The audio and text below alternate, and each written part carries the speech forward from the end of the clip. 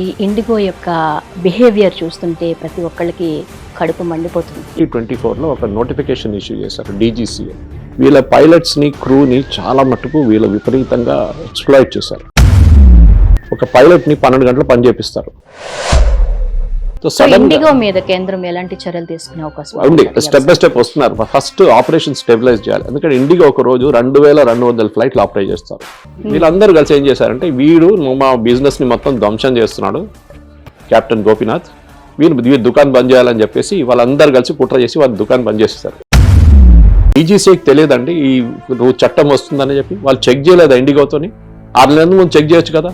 చనిపోయిన వాళ్ళ అమ్మ నాన్న చనిపోయిన తర్వాత ఎయిర్పోర్ట్లో కూర్చొని ఏడుస్తున్నాను. ఇండియాలో ఎయిర్లైన్ సిస్టమ్ ఇట్లా ఉంది. 3rd rate country. వాళ్ళు ప్రాపర్ గా ఒక ప్లేన్లు నడిపేయలేరు. నమస్తే, వెల్కమ్ టు హిట్ టీవీ. నేను ప్రహర్షిని. మరి ఇప్పుడు ప్రతి ఒక్కరు కూడా ఇండిగో గురించి మాట్లాడుకుంటున్నారు. అసలు ఇండిగోలో ఇంత పెద్ద సంక్షోభం రావడానికి కారణం ఏంటి? ఈ ప్రయాణికుల కన్నీళ్లు చూస్తుంటే చాలా గుండె తరుక్కుపోతుంది. ఎందుకు ఇంత సడన్ గా వచ్చింది? దీనికి ఎవరు నైతిక బాధ్యత వహించాలి? ఇండిగోపై కేంద్రం ఎలాంటి చర్యలు తీసుకోబోతోంది? ఈ సంక్షోభం అంతా ఎన్ని రోజుల్లో సద్దుమణిగిపోతోంది? మరి ఈ విషయాలన్నిటి గురించి ఇప్పుడు మనం డిస్కస్ చేసుకుందాం. మనతో పాటు సీనియర్ జర్నలిస్ట్ సురేష్ కొచ్చాటిల్ గారు ఉన్నారు. వారిని అడిగి తెలుసుకుందాం. నమస్కారం అండి సురేష్ గారు.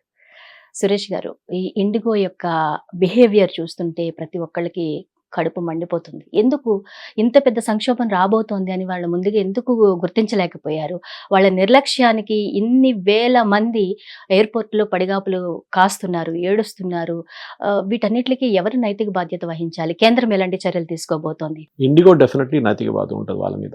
వాళ్ళ CEO దగ్గర రిజైన్ చేయమన్నారు. వాళ్ళిద్దరు ఫారినర్స్, ఒకరు హంగేరియన్, ఒకటి డచ్. వీళ్ళిద్దరి దగ్గర రిజైన్ చేయమని చెప్పారు. కానీ ఇమీడియట్గా రిజైన్ కాదు, మొత్తం సెటిల్ అయిన తర్వాత నెల లోపల వీళ్ళని పంపించేస్తారు. అది కాకుండా సీనియర్ మేనేజ్మెంట్ లెవెల్లో కూడా చాలా మందిని సాక్ చేయబోతున్నారు. దీనికి అన్నికి ఒక బ్యాక్గ్రౌండ్ ఉంది. రషి గారు, ఏమైందంటే 2024లో అరౌండ్ డిసెంబర్ లాస్ట్ ఇయర్, 24 నుంచి 26 పీరియడ్లో ఒక మార్పు తీసుకొస్తుందని చెప్పి 2024లో ఒక నోటిఫికేషన్ ఇష్యూ చేశారు DGCA, director general of civil aviation. అంటే వీళ్ళు మన కంట్రీలో ఉన్న మొత్తం ఎయిర్క్రాఫ్ట్ అన్ని ఒక కంట్రోలింగ్ అథారిటీ DGCA, గవర్నమెంట్ది. వాళ్ళు ఏం చెప్పారంటే, ఫ్లైట్ డ్యూటీ టైం లిమిటేషన్స్ అనే ఒక కాన్సెప్ట్ ఉంది. ఒక పైలట్ 8 గంటలే పనిచేయాలి యాక్చువల్లీ, ఎందుకంటే వాళ్ళ జాబ్ చాలా స్ట్రెస్ఫుల్. ఒక ప్లేన్ మనం వచ్చి ఏమనుకుంటాం, వెళ్తున్న ఎయిర్క్రాఫ్ట్కి, మన ఎయిర్క్రాఫ్ట్ ఎంటర్ అవుతున్నాం, పైలట్ ఫ్లై అవుతారు, తర్వాత దిగినప్పుడు అనౌన్స్మెంట్ వస్తుంది, దిగేస్తారు. కానీ దాని అంటే చాలా పనులు ఉంటుంది, కాంప్లికేషన్స్. ఎందుకంటే you're flying a very complicated piece of machinery. చిన్న తప్పుతోని అహ్మదాబాద్లో జరిగిన దుర్ఘటన మనకు తెలుసు. ఫ్యూయల్ స్విచ్, అంతే, చిన్న ఒక ఫ్యూయల్ స్విచ్ అడ్జస్ట్మెంట్లో ఏదో జరిగింది. ఏం జరిగింది మనకి ఇప్పుడు కూడా తెలియదు. సో ఎయిర్క్రాఫ్ట్ అనగానే చాలా కాంప్లికేటెడ్ మిషనరీ. మనం రోడ్ మీద బస్సు నడిపించడం కాదు, రోడ్ మీద ఉన్నాం, మనం బ్రేక్ కొట్టి ఆపొచ్చు. అక్కడ మీరు ఎయిర్లో ఉన్నారు, సంథింగ్ హ్యాపెన్స్ బియాండ్ కంట్రోల్ అది. సో అట్లాంటి పరిస్థితుల్లో పైలట్ అండ్ కో పైలట్కి మినిమం 8 hours కన్నా ఎక్కువ డ్యూటీ చేయకూడదు, మాక్సిమం 8 hours అని DGCA ఒక చట్టం తీసుకురావడం వస్తుందని చెప్పి 2024లో చెప్పారు అన్ని ఎయిర్లైన్స్కి ఇండియాలో. మీరు మీ అరేంజ్మెంట్స్ చేసుకోండి.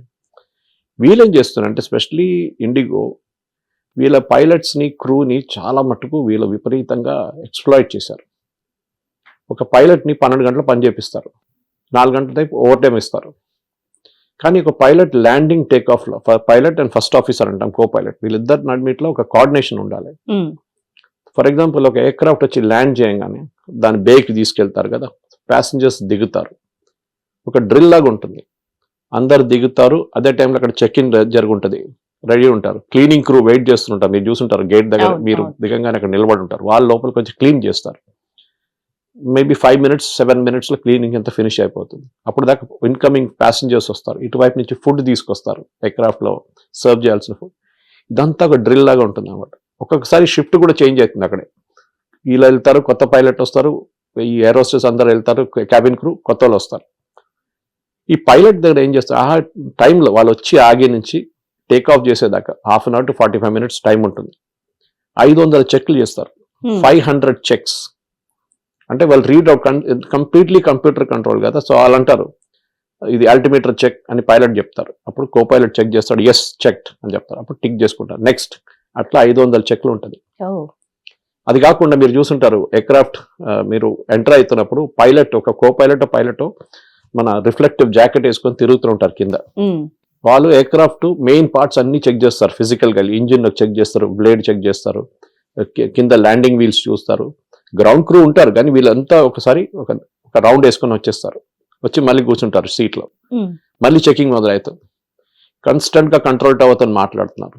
పైలట్ జాబ్ వాళ్ళ ఇంటి నుంచి బయలుదేరే టైం నుంచి స్టార్ట్ అవుతుంది. మన ఆఫీస్ స్టూడియోకి వచ్చిన తర్వాత కదా. ఇలా అది కాదు.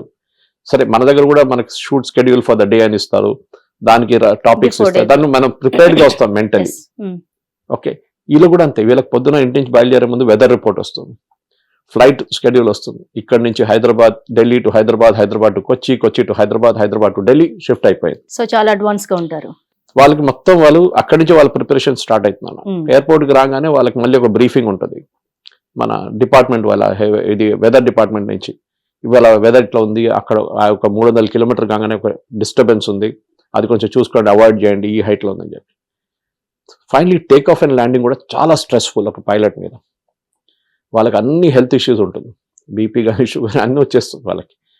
ఇట్లాంటి పరిస్థితుల్లో డీజీసీ ఏం చెప్పారంటే world wide rule 8 hours, 8 hours కన్నా ఎక్కువ పైలట్ పని చేయించుకోకూడదు. అది కాకుండా వాళ్ళకి రెగ్యులర్ గా వీక్లీ ఆఫ్స్ ఇవ్వాలి. వీళ్ళు ఆఫ్స్ ఇవ్వరు. 10 రోజులు, 12 రోజులు, 14 రోజులు పని చేయించి తర్వాత ఒక ఆఫ్ ఇస్తారు.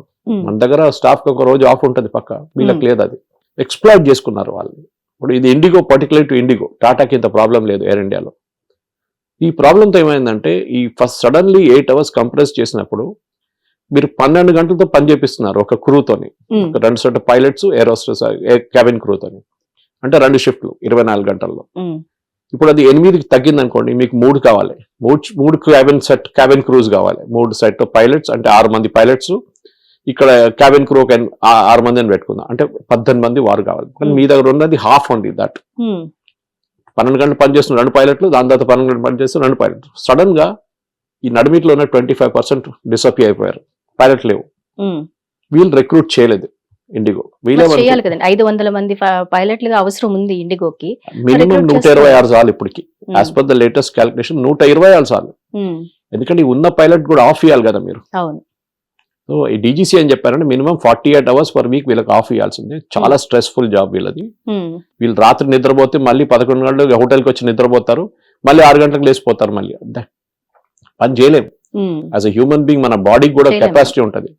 ఇప్పుడు నేను కూడా ఒక రోజుకి ఒకసారి 6 ఇంటర్వ్యూలు చేస్తాను, కానీ 6th ఇంటర్వ్యూకి వచ్చేదాకా నేను ఐ బికమ్ కంప్లీట్లీ టైర్డ్. కానీ నేను ఒక గ్రౌండ్ లో కూర్చొని చేస్తున్న పని ఇది, నాది సెర్బరల్ పని. వాళ్ళకి అది కాదు. వాళ్ళకి మెకానికల్ ఉంది, ఎలక్ట్రికల్ ఉంది, వెదర్ ప్రాబ్లమ్స్ ఉంటాయి, చాలా ఇష్యూస్ ఉంటుంది. కానీ ఇప్పుడు ఈ చేయకపోవడంలోనే ఇండిగో మేనేజ్మెంట్ తప్పు చేశారు. వాళ్ళకి 1 year బిఫోర్, ఇప్పుడు ఏదో సడన్ గా ఒక చట్టం తీసుకొస్తే చెప్పొచ్చు ఎందుకు సడన్ గా తీసుకొచ్చారు. 1 సంవత్సరం ముందే మీకు చెప్పారు, ఇట్లా పైలట్స్ తీసుకోండి, మీరు క్యాబిన్ క్రూ రిక్రూట్ చేయండి. అంటే వీళ్ళేమో లీన్ అండ్ మీన్ ఫిలాసఫీతో నడిపిస్తారు, ప్రాఫిట్ కోసం, లాభాల కోసం. అంటే ఎంత తక్కువ స్టాఫ్ మందిని పెట్టి ఎంత వాళ్ళని మీరు పెన్నాలు తీస్తారనమాట వాళ్ళు. అది చేయకూడదు. సో అదే ఇప్పుడు వచ్చిన ప్రాబ్లం అన్నమాట. ఇండిగో మీద కేంద్రం ఎలాంటి చర్యలు తీసుకునే అవకాశం ఉంది? స్టెప్ బై స్టెప్ వస్తున్నారు. ఫస్ట్ ఆపరేషన్ స్టెబిలైజ్ చేయాలి. ఎందుకంటే ఇండిగో ఒక రోజు 2200 ఫ్లైట్లు ఆపరేట్ చేస్తారు, 2200. అదే టైంలో Air India under Tatas are operating around 1100 flights ఒక రోజు, అంటే హాఫ్. ఎందుకంటే చాలా మటుకు ఎయిర్ ఇండియా దగ్గర తీసుకున్న ఎయిర్క్రాఫ్ట్, పాత ఎయిర్ ఇండియా దగ్గర టాటా వాళ్ళు తీసుకున్నప్పుడు మొత్తం థర్డ్ రేట్ అయిపోయి ఉండే, ఇంటీరియర్స్ అంతా స్పెషల్లీ. దాన్ని మొత్తం రీఫర్బిష్ చేస్తున్నారు. ఒక్కొక్క ఎయిర్క్రాఫ్ట్ కి 4 రోజులు తీసుకుంటారు, కంప్లీట్ సీట్లన్నీ మార్చి, టాయిలెట్స్ అన్ని రిపేర్ చేసి, మొత్తం ఇంటీరియర్స్ అంతా మార్చి, ఎయిర్ కండిషనింగ్ సిస్టమ్స్ అని చెక్ చేసి 1 నెల పడుతుంది ఒక్కొక్క ఎయిర్క్రాఫ్ట్. అది కూడా బయట చేపిస్తారు చాలా మటుకు, బయట దేశాల్లో. అది అయిన తర్వాత తీసుకోవాలి. సడన్ గా ఎయిర్ ఇండియా కూడా యాంటిసిపేట్ చేయలేదు. వాళ్ళకి ప్రాబ్లం లేదు చూడండి, ఎయిర్ ఇండియా ఒక్క ఫ్లైట్ కూడా క్యాన్సిల్ కావట్లేదు. ఎందుకు? వాళ్ళ దగ్గర పైలట్స్ ఎక్సెస్ ఉన్నారు. ఈ ఎయిర్క్రాఫ్ట్ రీఫర్బిషింగ్ పంపించినాడు, పైలట్ ఇంట్లో కూర్చుంటున్నాడు. అఫ్ కోర్స్ వాళ్ళు రొటేట్ చేస్తారు, వాళ్ళని ఇంకొక షిఫ్ట్ లో తీసుకొస్తారు, అట్లా చేస్తారు. ఎయిర్ ఇండియాకి ప్రాబ్లం లేదు. సో ఇప్పుడు ఏం చేయాలంటే ఇది మొనోపొలీతో వస్తుంది. రష్ని గారు, మొనోపొలీ నేను నాకు గుర్తుంది 87లో నాకు ఫస్ట్ ఉద్యోగం వచ్చినప్పుడు, బహుశా చాలా మంది పుట్టలేదు మన టైంలో. 1987లో నేను తాజ్ బంజార్, అప్పుడు ఐటీసీ హోటల్ ఉండే బంజార్, అక్కడ నాకు ఫస్ట్ ఉద్యోగం ఉండే హోటల్ మేనేజ్మెంట్ చేసిన తర్వాత. బస్సులో వెళ్ళాల్సి వస్తుంది. మా ఫాదర్ ఏం చెప్పి నీకు స్కూటర్ కొనిస్తాను రా అని చెప్పి. ఆ టైంలో స్కూటర్లు ఎక్కువ లేవు, బజాజ్ ఒకటే ఉంది కంపెనీ. దాని తర్వాత కైనెటిక్ అనే ఒక కంపెనీ వచ్చింది. సో బజాజ్ లో స్కూటర్ తీసుకోవాలంటే 2 సంవత్సరాలు వెయిట్ చేయాలి. ఒక స్కూటర్ కి 2 సంవత్సరాలు వెయిట్ చేయాలి. ఎందుకండి? లేదు, స్కూటర్ లేదు Stock లేదు. అంతే, డిమాండ్ అంతే. ఇది సేమ్ ఇండిగో పాలసీ. మీకు మొనోపలి ఉన్నప్పుడు మీరు 2200 ఫ్లైట్ నడిపిస్తున్నా మీరు చెప్తారు మీరు ఎప్పుడు బెటర్ వెళ్ళాలి? వెయిట్ చేయండి, ఢిల్లీకి రోజుకి 6 ఫ్లైట్లే ఉన్నాయి, నేను 8 పెట్టాను, మీకు కావాలంటే వెళ్ళండి, ఫేర్ 10,000 రూపీస్ మీరు కట్టాల్సిందే. ఇప్పుడు ఏం చేశారు మా నాన్నగారు, ఏం చేశారు, అప్పుడు ఒక స్కీమ్ ఉండే ఫారిన్ ఎక్స్చేంజ్ కింద, మీరు డాలర్లో కడితే మీకు 6 నెలలు వచ్చేస్తుంది. అప్పుడు కూడా 6 నెలలు వెయిట్ చేయాలి. పాపం డాలర్లో కట్టి తీసుకున్న స్కూటర్ ఇప్పుడు కూడా నా కార్ పక్కన పడి ఉంటుంది ఇంటికాడ, పనిచేయట్లేదు అది, ఇప్పుడు దాని ఏజ్ అయిపోయింది ఎప్పుడు. కానీ నేనేం చెప్తున్నా అంటే ఆ టైం నుంచి ఇప్పుడు మీకు ఒక స్కూటర్ కావాలా, బైక్ కావాలని మీరు ఒకసారి ఫోన్ చేస్తే చాలు ఎవరికైనా, ఏదో ఒకటి 10 మంది వచ్చి మీ ఆఫీస్ బయట నిలబడతారు. ఈఎంఐలు దీని గురించి ఆలోచించండి, లోకం ఎంత మారిపోయింది. మొనోపలి ఉన్నప్పుడు బిఎస్ఎన్ఎల్ ఫర్ ఎగ్జాంపుల్, ఇప్పుడు మన దగ్గర ఇప్పుడు కూడా బిఎస్ఎన్ఎల్ ఉంది, ఒక టైంలో ఎయిర్టెల్ లేదు, ఎవరు లేరు. బిఎస్ఎన్ఎల్ ఫోన్ కనెక్షన్ కావాలంటే మీకు 6 నెలలు వెయిట్ చేయాలి, 6 నెలల నుంచి 1 సంవత్సరం వెయిట్ చేయాలి ఒక కనెక్షన్ కోసం. మీరు ఒక ఎంపీ ఎమ్మెల్యే సిగ్నేచర్ తీసుకుంటే మీకు 3 నెలలు వస్తుంది. ఆ పరిస్థితిని ఇప్పుడు చూడండి, రోడ్ మీద వెళ్తే రిలయన్స్ రోడ్ పక్కన కూడా కూర్చుంటాడు జియోడు, సిమ్ తీసుకోవచ్చు, మీరు యాక్టివేట్ చేసుకోవచ్చు. ఆ పరిస్థితికి వచ్చేసాం మనం. కానీ ఎయిర్ ఇండియాలో ఎయిర్లైన్స్ ఇండియాలో ఉన్న ఎయిర్లైన్స్ ప్రాబ్లం ఎక్కడ వచ్చిందంటే, ముందు మనకి ఫస్ట్ స్టార్ట్ చేసిన కెప్టెన్ గోపీనాథ్, మీకు గుర్తుంటుంది, ఎయిర్ డెక్కన్, ఆయనే లో కాస్ట్ క్యారియర్ ని మొదలు పెట్టారు. ఫస్ట్ 500 టికెట్ 599, నాకు ఇప్పుడు కూడా గుర్తుంది, I flown once Hyderabad Bengaluru, 599 rupees, 599 రూపాయలకి ఫ్లైట్. ఆయన వచ్చినప్పుడు ఏమైందంటే ఎయిర్ ఇండియా ఇంపాక్ట్ అయిపోయింది కంప్లీట్ గా, ఎవరు ఎయిర్ ఇండియా పెట్టలేదు ఆ టైంలో, వీళ్ళెవరు లేరు, ఇండిగో అంతా అప్పుడు వస్తున్నారు ఆ టైంలో. వీళ్ళందరూ కింగ్ ఫిషర్ వచ్చారు అప్పుడు అదే టైం. వీళ్ళందరూ కలిసి ఏం చేశారంటే, వీడు మా బిజినెస్ ని మొత్తం ధ్వంసం చేస్తున్నాడు కెప్టెన్ గోపీనాథ్, వీరు దుకాణం బంద్ చేయాలని చెప్పేసి వాళ్ళందరూ కలిసి కుట్ర చేసి వాళ్ళ దుకాణం బంద్ చేసేసారు. ఎయిర్ డెక్కన్ కంప్లీట్ గా క్లోజ్ చేశారు. వాళ్ళు బుకింగ్ ఇవ్వకుండా, అది చేయకుండా ఇది చేయకుండా, వీళ్ళు డీజీసీ వాళ్ళందరూ కుమ్మక్కై చేశారు పని. దాంతోనే ఎయిర్ డెక్కన్ డిసపియర్ అయిపోయింది. దానికన్నా ముందు ఇంకొక ఎయిర్లైన్ ఉండే, ఈస్ట్ వెస్ట్ ఎయిర్లైన్స్, అది మన దావూద్ ఇబ్రాహిం తో కనెక్షన్ ఉందని చెప్పి వాళ్ళ దుకాణం బంద్ చేసేసారు. దాని తర్వాత జెట్ ఎయిర్వేస్ వచ్చారు. జెట్ ఎయిర్వేస్ ఇంకో స్కాండల్ లో ఇరుక్కపోయారు, లోన్లు తీసుకొని లోన్ కట్టలేదు. సో మిగిలిపోయిన ఎవరు, IndiGo, air India, spice jet ఏమో మారన్ వాళ్ళ కొట్లాట్లో వాళ్ళకి ప్రాబ్లం వచ్చేసింది. మన కళానిధి మారన్ సన్ టీవీ వాళ్ళ ప్రాబ్లం వాళ్ళకు ఉండే, దాంతో వాళ్ళు అమ్మేసుకున్నారు ఎయిర్క్రాఫ్ట్ అది. కానీ ఇప్పుడు కూడా స్టెబిలైజ్ కాలేదు, SpiceJet is not it stabilize. మిగిలిందంతా ఎయిర్ ఇండియా అండ్ ఇండిగో. ఈ ఒక్కొక్క ఎయిర్లైన్ డిసపియర్ అయిపోతున్నప్పుడు ఆ రూట్లన్నీ వీళ్ళు కొట్టేసుకుంటున్నారు. సో ముందు ఇప్పుడు 2200 ఫ్లైట్లు అని చెప్తున్నాను చూడండి, ఒక సంవత్సరం ముందు, సంవత్సరం కాదు, ఒక 5 సంవత్సరాల ముందు తీసుకోండి 500 ఫ్లైట్లే ఉంటుండే ఇండిగోకి. అది పెంచుకుంటే పోయారు వాళ్ళు, ఎందుకంటే ఈ ఎయిర్క్రాఫ్ట్ అన్ని డిసపియర్ అయిపోతుంది. సో మీకు డిమాండ్ ఉందన్నమాట. ఇప్పుడు మీరు ఇక్కడ నుంచి విజయవాడకి బస్సులు తీసుకోండి, మీకు సంక్రాంతి టైంలో ఎన్ని బస్సులు పోతాయండి, స్పెషల్స్ కూడా వెళ్తాయి, అది సేమ్ థింగ్. సో వీళ్ళేం చేశారంటే, వీళ్ళ ఒక రూట్, ఒక స్కెడ్యూల్ ఉంటుంది వీళ్ళు, అది డీజీసీఏకి పంపిస్తారు. ఇది మా వింటర్ స్కెడ్యూల్ అండి, మేము ఇన్ని ఫ్లైట్లో ఆపరేట్ చేయబోతున్నాం, ఇన్ని రూట్లో, ఇక్కడి నుంచి ఇక్కడ మొత్తం క్యాల్కులేషన్ ఇస్తారు వాళ్ళు. హైదరాబాద్కి వచ్చి హైదరాబాద్ బెంగళూరు, హైదరాబాద్ ఢిల్లీ, హైదరాబాద్ కోల్కతా, హైదరాబాద్ నాగ్పూర్, హైదరాబాద్ ఎక్కడైనా కానివ్వండి, మొత్తం రూట్ ఇచ్చేస్తారు. వాళ్ళు అప్రూవ్ చేయాలి అది, ఎన్ని ఫ్లైట్స్ ఈ వింటర్ స్కెడ్యూల్లో. ప్రాబ్లం ఎక్కడ వచ్చిందంటే, ఈ ఇండిగో వాళ్ళు డీజీసీ వాళ్ళతో, డీజీసీ కూడా దీంట్లో ప్రాబ్లం, వాళ్ళు కూడా ఉంది దీంట్లో ఇష్యూ. వాళ్ళు ఇద్దరు కలిసి గేమ్ ఆడుకున్నారు మనతో. డీజీసీకి తెలియదండి ఈ చట్టం వస్తుందని చెప్పి, వాళ్ళు చెక్ చేయలేదా ఇండిగోతోని, 6 నెలల ముందు చెక్ చేయొచ్చు కదా, మీరు పైలట్ ని రిక్రూట్ చేశారా లేదా అని చెప్పేసి. ఈ క్యాబిన్ క్రూ అప్పుడు కూడా దొరికిపోతారు. దీని నడిమిట్లో ఎమిరేట్స్ దుంకారు. ఎమిరేట్స్ ఏం చేశారు, వీళ్ళ దగ్గర ఇట్లా సిచ్యువేషన్ ఉంది, పైలట్స్ అసలు అన్హ్యాపీగా ఉన్నారు, వాళ్ళకి మొత్తం పెండేస్ తీసుకుంటాను వాళ్ళని చెప్పేసి ఏం చేశారు, ఎమిరేట్స్ వాళ్ళకి మంచి ఆఫర్ ఇచ్చారు, చాలా మంచి, అంటే ట్రిపుల్ శాలరీ ఆఫర్ చేశారు. ఈ పైలట్స్కి యాజ్ ఇట్ ఈస్, ఒక పైలట్కి నెలకు 5 లక్షలు ఉంటుంది మినిమం శాలరీ, అది మీరు 10 లక్షలు 15 లక్షలు పెంచేశారు. అది కూడా దుబాయ్ లాంటి ప్లేస్ లో ట్యాక్స్ ఫ్రీ. ఎవరైనా definite anybody will jump at it. So చాలా మంది పైలట్స్ ఇండిగో నుంచి వెళ్ళిపోయారు, ఉన్న పైలట్స్ కూడా వెళ్ళిపోయారు.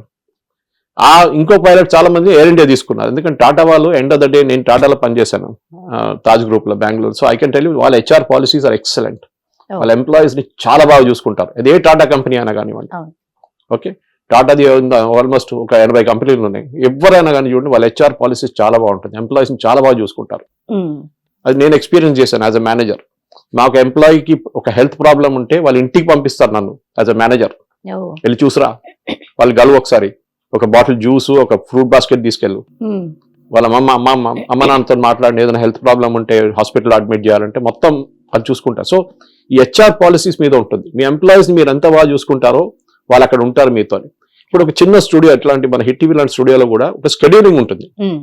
ఇవాళ పొద్దు నుంచి సాయంత్రం దాకా ఈ స్టూడియోలో 2 కెమెరామెన్లు ఉంటారు, లేకుంటే 3 ఉంటారు, ఒక యాంకర్ ఉంటారు, ఇన్ని షూట్స్ ఉంటుంది, ప్లానింగ్ ఉంటుంది.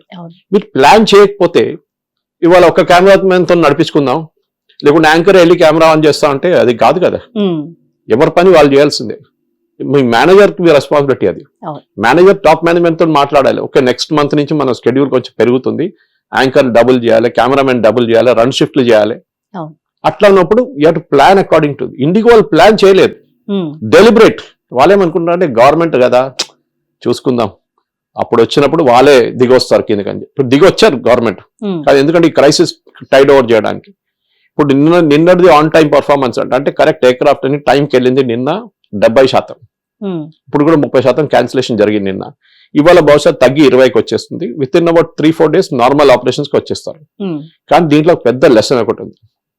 గవర్నమెంట్ కు ఉంది, డీజీసీఏకి ఉంది, ఎయిర్లైన్స్ వాళ్ళకు ఉంది. ఎయిర్లైన్స్ వాళ్ళు ఫస్ట్, ఇప్పుడు నేను చెప్పాను డిస్కషన్ స్టార్టింగ్ లో చెప్పాను, వాళ్ళు సిఇఓని పంపించేస్తున్నారు, సాక్ చేసేస్తున్నారు. గవర్నమెంట్ ఆల్రెడీ పిలిపించారు.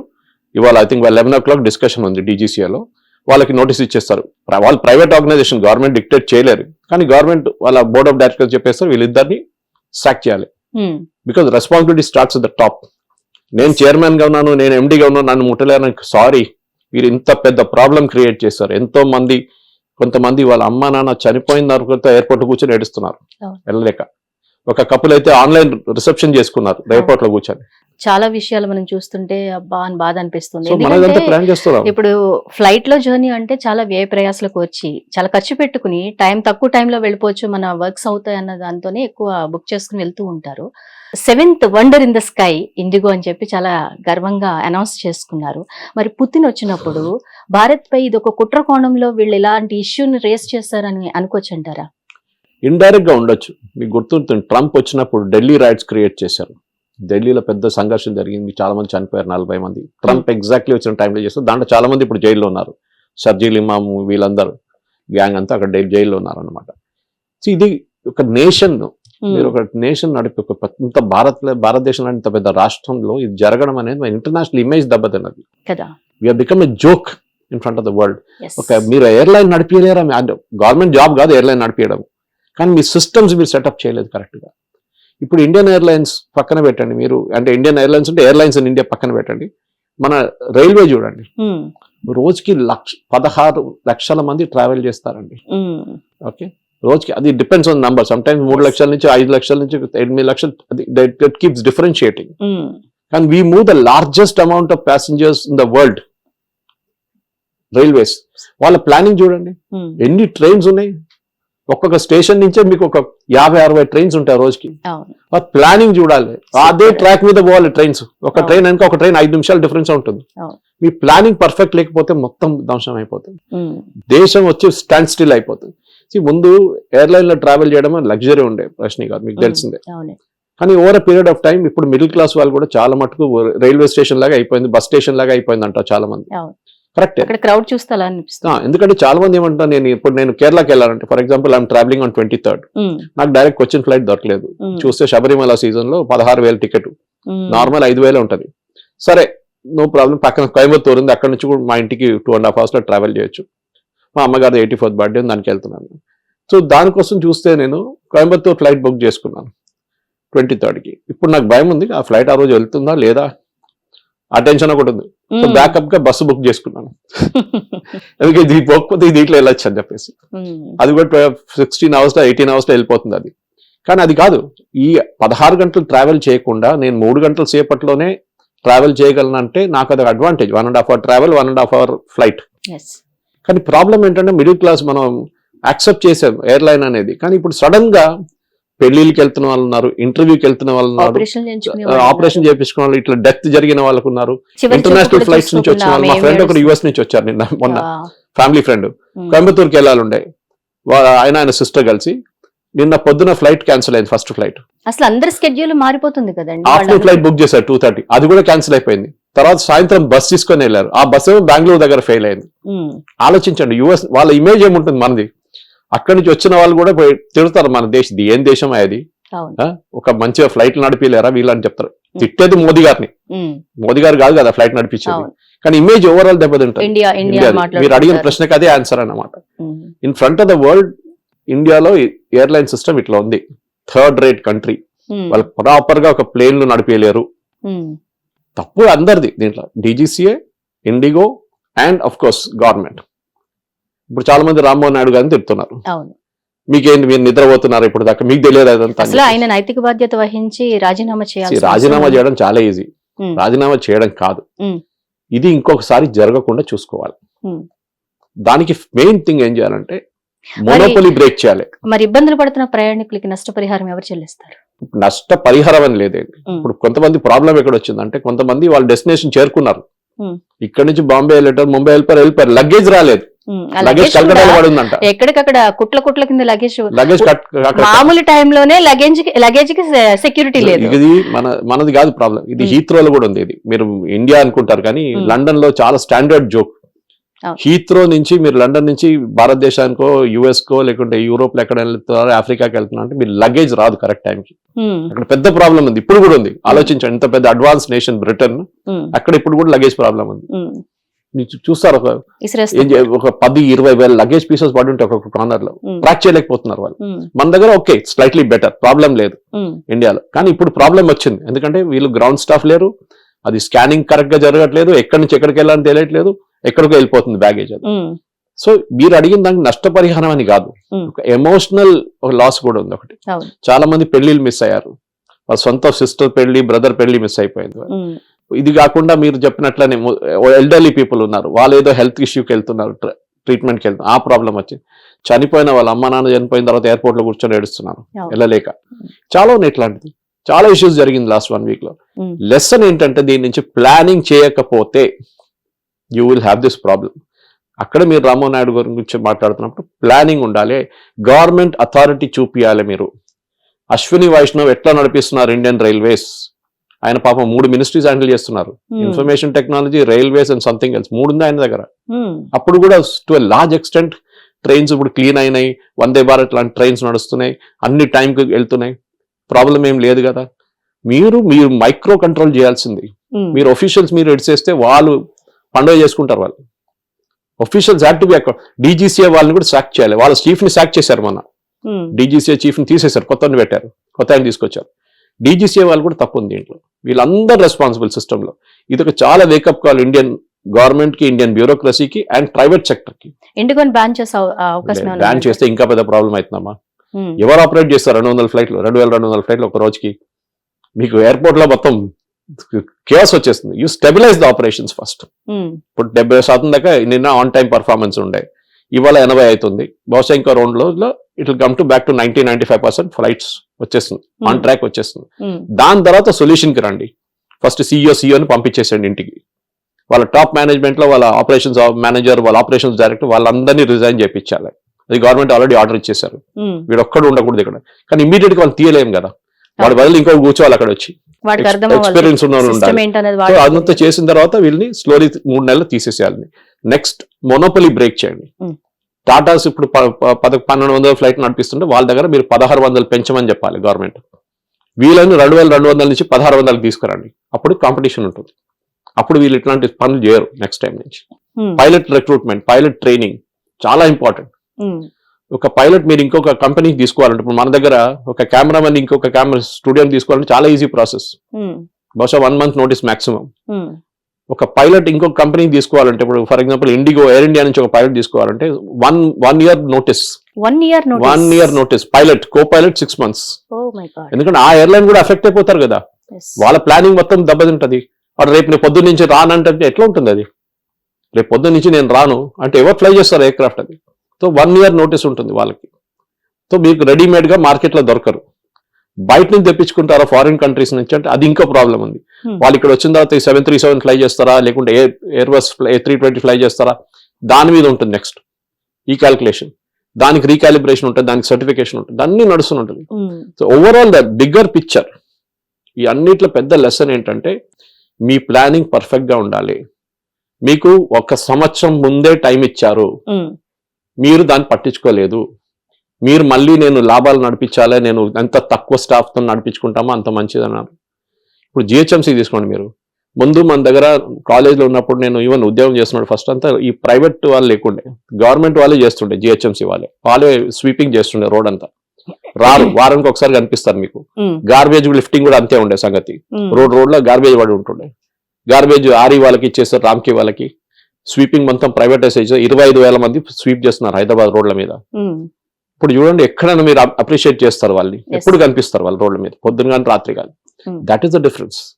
ఆ కంట్రోల్ చేయడంలో ఉంటుంది మీకు. మీరు అవుట్ సోర్స్ చేయండి, ఎవరు వద్దట్లేదు, కానీ పైలట్స్ మీరు అవుట్ సోర్స్ చేయలేరు, గ్రౌండ్ క్రూని అవుట్ సోర్స్ చేయలేరు.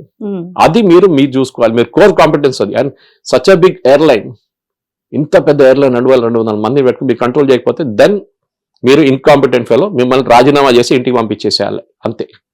అది పెద్ద కంపెనీ ఉండొచ్చు, చిన్న కంపెనీ ఉండొచ్చు, టెలివిజన్ స్టూడియో ఉండొచ్చు, ఒక కార్ షోరూమ్ ఉండొచ్చు, లేకుంటే ఒక ఎయిర్లైన్ ఉండొచ్చు. ఎక్కడైనా కానీ మీ మేనేజ్మెంట్ రెస్పాన్సిబిలిటీ చాలా ఇంపార్టెంట్, ప్లానింగ్ చాలా ఇంపార్టెంట్, ఫోర్కాస్టింగ్ చాలా ఇంపార్టెంట్. ఓకే, ఈ రోజు సేల్స్ పెరుగుతుంది, సంక్రాంతి రోజు, దసరా రోజు, ఆ వీక్ ఎక్స్ట్రా స్టాఫ్ ని పెట్టాల్సి వస్తుంది. ప్లానింగ్ ఉండాలి దానికోసం, అప్పుడు కాదు పరిగెత్తేది. సురేష్ గారు, ఇప్పుడు ఇండిగో ఇష్యూ క్లోజ్ అవడానికి ఇంకా ఎన్ని రోజులు పడుతుంది? ప్రయాణికులు వాళ్ళ లగేజ్ ని మళ్ళీ తిరిగి పొందడానికి వాళ్ళు చాలా కష్టపడుతూ ఉంటారు. మరి ఇప్పుడు ప్రయాణం చేయాలి అనుకుంటున్న వాళ్ళు టికెట్స్ క్యాన్సిల్ చేసుకుంటూ ఉంటారు. మనకి ఎందుకు వచ్చింది, ఇప్పుడు ఇష్యూ నడుస్తుంది కాబట్టి వేరే ఎయిర్వేస్ కి వెళ్తుంటారు. వేరే ఎయిర్వేస్ కి రాని ప్రాబ్లము ఇండిగోకే వచ్చింది. ఇప్పుడు ప్రయాణికులు ఎలాంటి స్టెప్ తీసుకుంటే బాగుంటుందండి? ఒకటి, non essential travel cut down చేయండి. నాన్ ఎసెన్షియల్ అంటే మీరు వెళ్ళకుండా కూడా నడుస్తుందంటే మీరు కట్ డౌన్ చేయండి. Okay, avoid. కానీ ఇప్పుడు టూరిస్ట్ సీజన్, ఇది క్రిస్మస్ వస్తుంది, ఇప్పుడు ఇయర్ ఎండింగ్ వస్తుంది. చాలా మంది లోకల్ టూరిస్ట్ ఉంటారు, కొంతమంది అవుట్ సైడ్ ఇంటర్నేషనల్ వెళ్తారు. ఇంటర్నేషనల్ ప్రాబ్లం లేదు ఇప్పుడు దాకా, కానీ లోకల్ ఉంటుంది అనమాట. ఫర్ ఎగ్జాంపుల్, మీరు యుఎస్ ఫ్లై చేస్తున్నప్పుడు నాన్ స్టాప్ స్పెషలీ 16 గంటలు ఉండొచ్చు ఒక్కొక్కసారి. దాంట్లో 2 సెట్ క్రూజ్ ఉంటారు, దాంట్లో ఒకరు ఫ్లై చేస్తుంటారు, ఇంకో క్రూజ్ ఎయిర్క్రాఫ్ట్ లోపల సీట్లో కూర్చొని ఉంటారు. వాళ్ళ షిఫ్ట్ 8 గంటలు కాగానే వీళ్ళు వెళ్ళి కూర్చుంటారు అక్కడ, వాళ్ళు వచ్చి నిద్రపోతారు ఇక్కడ వచ్చి. షిఫ్ట్ చేంజ్ ఓవర్ అవుతుంది అనమాట. సో ఇప్పుడున్న దాని ప్రకారం మీరు నాన్ ఎసెన్షియల్ ట్రావెల్ ఉంటే కట్ డౌన్ చేయండి. సెకండ్, ఒక బ్యాకప్ ఆప్షన్ పెట్టుకోండి. దగ్గర ఉంటే మీరు రోడ్ ట్రావెల్ చేయొచ్చు, మీరు ట్రైన్ తీసుకోవచ్చు, కానీ ట్రైన్ టికెట్లు ఇప్పుడు దొరకవు మీకు. గవర్నమెంట్ టికెట్లు కదా సార్, ఇప్పుడు బస్ టికెట్లు దొరకట్లేదు, ఫ్లైట్ టికెట్లు దొరకట్లేదు, ఏవి దొరకట్లేదు. కరెక్ట్, అది ప్రాబ్లం అనమాట. ఇది we have to plan your travel very well. కానీ సిచ్యువేషన్ సాల్వ్ అయిపోతుంది, నెక్స్ట్ 2 to 3 days లో చాలా మటుకు సాల్వ్ అయిపోతుంది. లగేజ్ కూడా బహుశా వచ్చేస్తుంది అందరిది. And that responsibility rest with IndiGo. మీ ఆ లగేజ్ మీ ఇంటికి తీసుకొచ్చి ఇవ్వాలి వాళ్ళు. మీరు వెళ్ళి మళ్ళీ శంషాబాద్ వెళ్ళి కలెక్ట్ చేయడం కాదు, ఆ లగేజ్ మీ ఇంటికి తెప్పియాలి వాళ్ళు. కొరియర్ కంపెనీతో పంపిస్తారు, ఎట్లా పంపిస్తారు మనకు తెలియదు. కానీ best lesson to learn from all this is government ఒక బాధ్యత ఉంది, డీజీసీఏకి బాధ్యత ఉంది, అండ్ మోస్ట్ ఇంపార్టెంట్ ఇండిగోకు ఉంది. మళ్ళీ అదే తిరిగి వస్తుంది. ఈ ప్రాబ్లం టాటాస్తో ఎందుకు లేదు ఎయిర్ ఇండియాలో, ఈ ప్రాబ్లం స్పైస్ జెట్ తో ఎందుకు లేదు, చిన్న ఎయిర్లైన్ వాళ్ళు, వేరే దేనికి లేదు. ఈ వీళ్ళకి ఎందుకు అవుతుందంటే మొనోపొలీ ఉండే. ఆ మొనోపొలీ నేను చెప్పాను మీకు, బ్రేక్ చేయాలి. వాళ్ళు ఎక్కువ ఫ్లైట్లు వాళ్ళకి ఇవ్వకూడదు. మీరు ఎఫిషియెంట్ గా నడిపించకపోతే మీరు తగ్గించేసాను మీ ఫ్లైట్లు, అంతే సంగతి. మీ దగ్గర పైలట్ లేకుంటే 2,200 నుంచి 1,600 చేసేసాడు.